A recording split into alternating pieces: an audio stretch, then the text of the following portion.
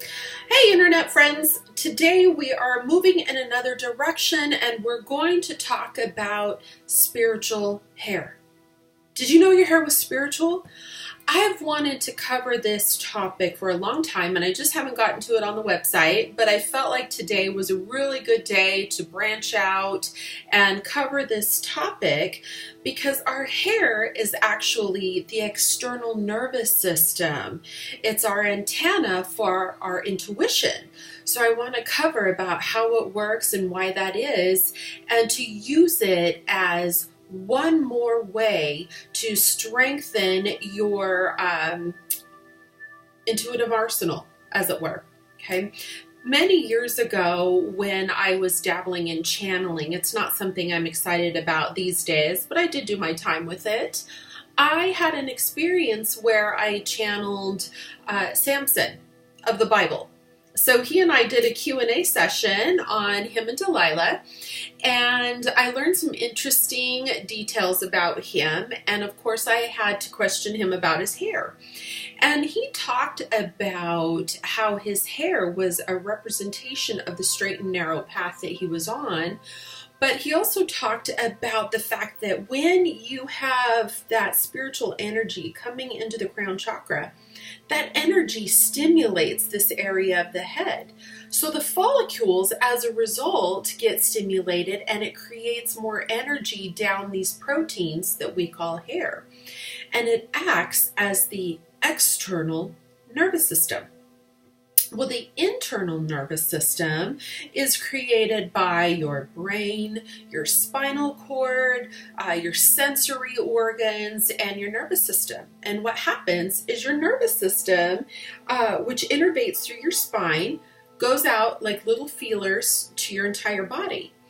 So when we cut our finger, let's say, it's not necessarily the finger that hurts. It's the nervous system that's been impaired and affected in some way. And these little impulses go up to the brain. The brain interprets that information and says, oh, my finger hurts, comes back down. It carries that message down to your finger. So now your finger is saying, oh, I hurt. Well, your hair does the same thing on an external level.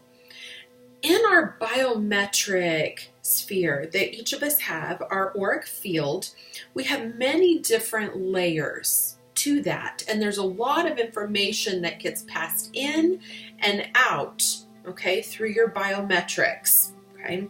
Part of that is your hair. It works like an antenna. So when you are out and about or when you're sleeping, that sixth sense, is cultivated by many different forms in your biometric sphere, one of them being your hair. Now, Genghis Khan even knew this. When he invaded China, one of the things that he did was he had the women cut their hair, even made them have bangs because he knew that this would make them more easily controllable. They were more timid. They were not as strong without their hair. The federal government knows this. Okay, clear back before Vietnam, when they were recruiting people, they were getting ready, they went to the Native Americans. And they wanted some of their best, strongest trackers so that they could track their enemy. Well, as one of the government issue just standard protocols that they did along with their uniforms, they gave them military haircuts, made them shave it off. Cut it really short. Well, when they did this, the Native Americans lost their ability to track. And the government didn't believe this at first. They were like, no way. But when they approached the elders of these tribes said, yes, you have to let them keep their hair long. So they started over, gathered more recruits, and this time they let them keep their hair long. And this is documented. This is documented as part of the Information Act. You can go in and read it yourself, where it talks about these Native American soldiers that were recruited for the specific purpose of tracking and how they had their hair long the second time around, because that enabled them to develop that sixth sense that knew where their enemy was. Even if they couldn't see them with their eyes, they could feel them in their auric field, or that allowed them to pick up the essence of their enemy. So this has been going on an awfully long time.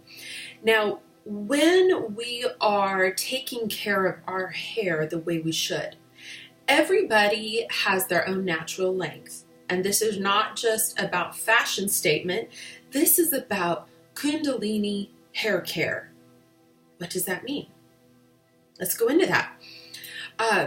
When we are taking care of our hair properly, that allows us to use our hair as a way to increase our intuitive sense, to develop our intuition. We are pulling our hair back during the day. We can braid it so that it protects it from the harshness of the sun, but it still allows that solar energy to come in and revitalize our hair.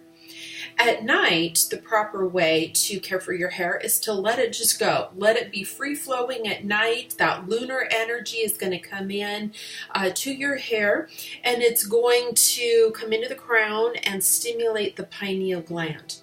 Now, when we allow our hair to reach its natural length, for some, they're just able to grow long, lush hair.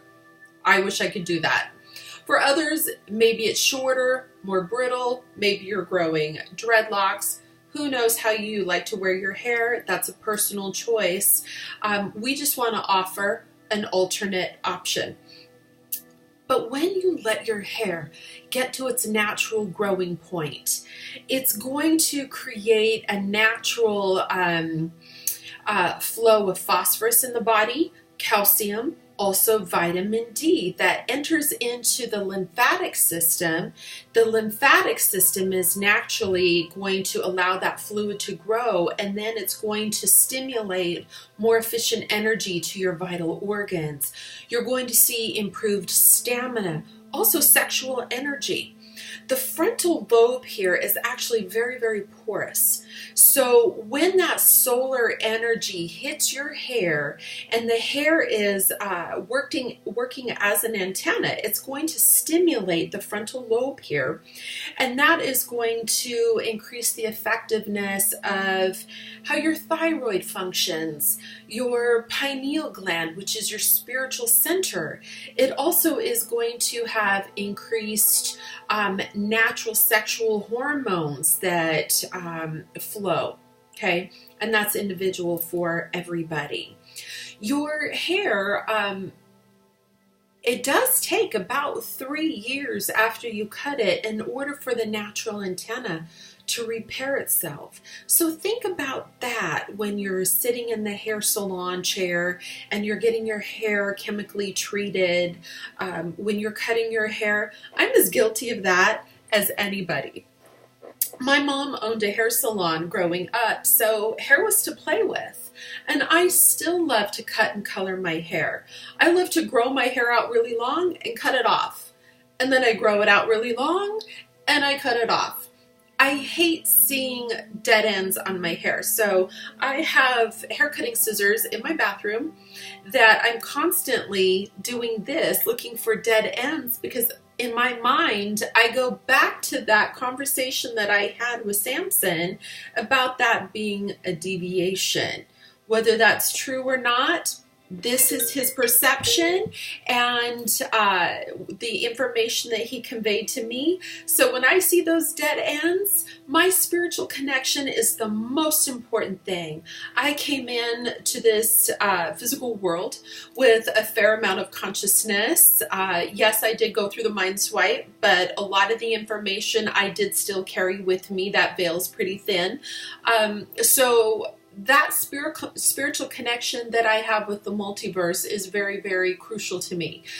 When I see the split ends, that just reminds me of the conversation that I had with Samson, and I like to cut them off. When you shampoo your hair every 72 hours, and you're treating your hair with a nice almond oil at night, it's going to actually work itself into the scalp. You want to massage your scalp, and this is also going to help with good eyesight, healthy menstrual cycle, increased memory. Who can't use that? So hopefully this information has been helpful for you. If you're in the United States, you might want to consider how far you want to take this. If you're European, obviously growing hair under your armpits and other areas on your body may not be as big of a deal.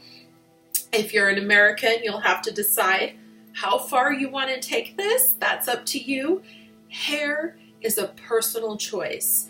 Your spiritual growth and development is absolutely a personal choice, and you get to be responsible for all of that.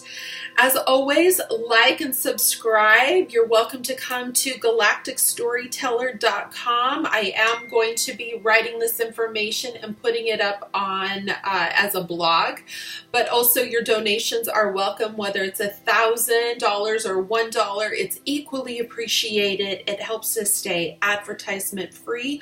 I'll look forward to hearing your comments and seeing you in the next video. Take care.